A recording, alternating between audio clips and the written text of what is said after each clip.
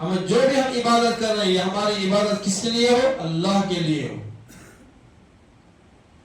ہمارے روزے رکھنا، تراویح کی نماز پڑھنا، اللہ کے نام پر ہم صدقہ و خیرات دینا، یہ سب کچھ اللہ کے لیے ہو، سب کچھ اللہ کے لیے. 3 صحابہ اکرام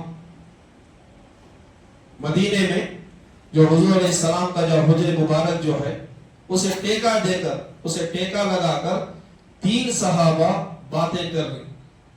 اس میں سے ایک صحابی کہنے لگے اللہ کا شکر ہے کہ اللہ تعالیٰ نے ہمیں کفر سے نکال کر ایمان کی دولت سے نوازا، کفر سے نکال کر ایمان کی دولت سے نوازا. اور میں اللہ سے یہ دعا کرتا ہوں کہ میں انشاءاللہ ساری زندگی میں شادی نہیں کروں گا. قسم کھائے انہوں، میں ساری زندگی کیا نہیں کروں گا؟ شادی نہیں کروں گا. اب دوسرے صحابی رسول کہنے لگے اللہ کا احسان ہے کہ اللہ رب العالمین نے مجھے ایمان کی دولت سے نوازا، ایمان کی دولت سے اللہ نے مجھے سرفراز کیا، اور میں اللہ کا یہ شکر ادا کرتے ہوئے میں قسم کھاتا ہوں کہ میں دن کو بھی عبادت کروں گا، رات کو بھی عبادت کروں گا، دن میں بھی نہیں سوں گا، رات میں بھی نہیں سوں گا. قسم کھائی. اور تیسرے صحابی رسول نے کہا اللہ کا شکر ہے کہ اللہ نے مجھے ایمان کی دولت سے نوازا، میں ساری زندگی روزے رکھوں گا. کیا کروں گا؟ میں ساری زندگی روزے رکھوں گا. ایک صحابی نے کہا کبھی شادی نہیں کروں گا، دوسرے صحابی نے کہا رات اور دن کو عبادت کرتا ہی رہوں گا، اور تیسرے صحابی نے کہا میں ساری زندگی روزے رکھوں گا.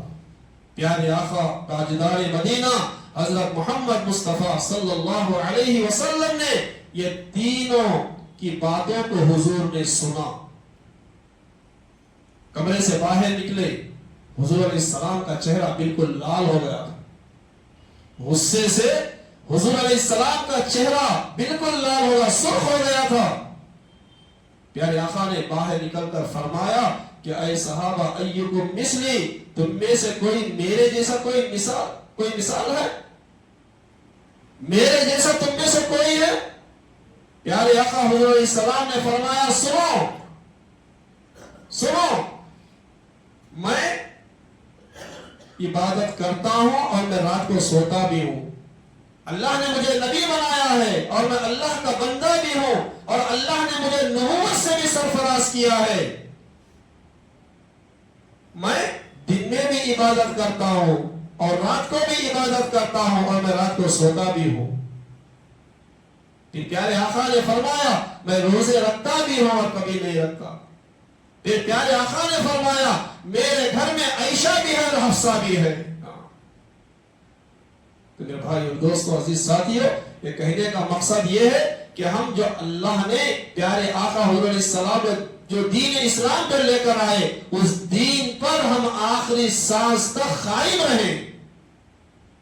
اصل مقصد یہ ہے ہمارا. دنیا حضور علیہ السلام فرماتے ہیں جب کسی انسان کا انتقال ہو جاتا ہے تو لوگ کیا بولتی؟ سنا ہوگا آپ نے. جیسے ہی ایک انسان کا انتقال ہوا، لوگ سب سے پہلے کیا پوچھتی؟ کیا چھوڑ کو گیا بھائی؟ نیگے کو پوچھتی کہ نہیں؟ پوچھتے نہیں کہ بھائی کیا چھوڑ کو گیا؟ میرے بھائی جب کسی انسان کا انتقال ہو جاتا ہے تو فرشتے ایک فرشتے سے پوچھتا کرتے یہ کیا لے کے آیا بول کو. یہ دنیا سے جو آیا نہیں، کیا لے کے آیا یہ؟ تو میرے بھائی ہم اچھے عمل کریں. اور دیکھو روزہ رکھنے کا مقصد کیا ہے؟ ہمارے اندر تقویٰ و پرہیزگاری آ جائے. ہم لوگ کیا سمجھ رہی؟ صبح میں سحری میں روٹی بھی کھا لیے، شام میں افطاری میں سموسے کھا لیے، یہ ہمارا روزے کا نام. میرے بھائی زندگی میں روزہ رکھنے کا مقصد کیا ہے؟ ہمارے اندر تقویٰ و پرہیزگاری آ جائے. ابھی تقویٰ کس کا نام بھائی؟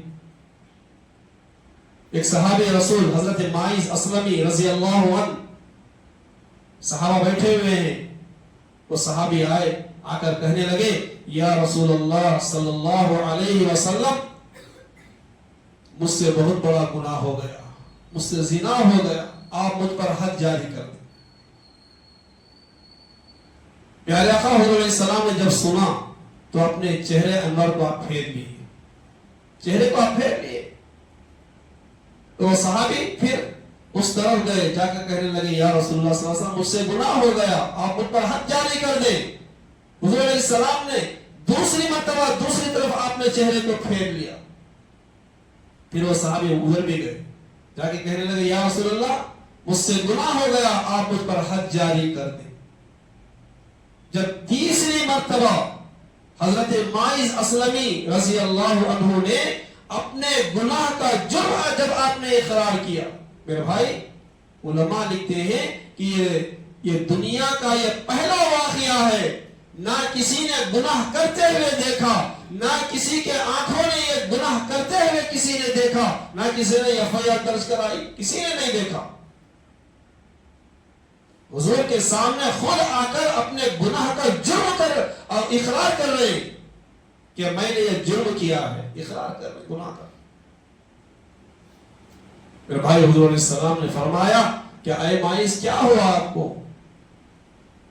علماء فرماتے ہیں پیارے آقا نے 3 مرتبہ جب اپنے چہرے کو پھیرا، کیوں؟ اس لیے کہ حضور وہ صحابی کے گناہ پر پردہ ڈالنا چاہتے تھے، تاکہ اللہ تعالیٰ کہ اگر یہ توبہ کر لیں گے اللہ معاف کر دے گا۔ مگر یہ ماعز ہے، صحابہ رسول ہے،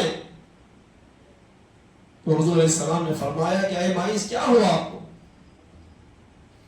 تو حضرت ماعز اسلمی رضی اللہ عنہ کہنے لگے یا رسول اللہ صلی اللہ علیہ وسلم مجھے دنیا کی سزا مجھے منظور ہے، دنیا کی سزا مجھے منظور ہے، مگر کل قیامت کے دن میں آپ کو لوگوں کے سامنے میں شرمندہ نہیں کر سکتا۔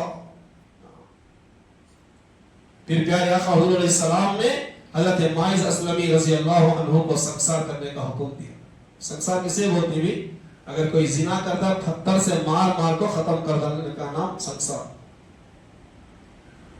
میرے بھائی اور دوستو عزیز ساتھیوں، حضرت ماعز اسلمی رضی اللہ عنہ کو سنسار کیا گیا۔ اس کا اثر حضور علیہ السلام پر 3 دن تک اس کا اثر باقی رہا، اس کا اثر 3 دن تک باقی رہا۔ صحابہ بیٹھے ہوئے ہیں، حضور علیہ السلام نے صحابہ کو مخاطب کرتے ہوئے فرمایا کہ اے صحابہ سنو، میرے ماعز نے ایسی توبہ کی ہے، ایسی توبہ کی ہے، اگر وہ میرے ساری امت پر اگر وہ توبہ کو جو ہے اگر وہ توبہ کو تقسیم کر دیا جائے تو تمام امت کی بخشش ہو جائے۔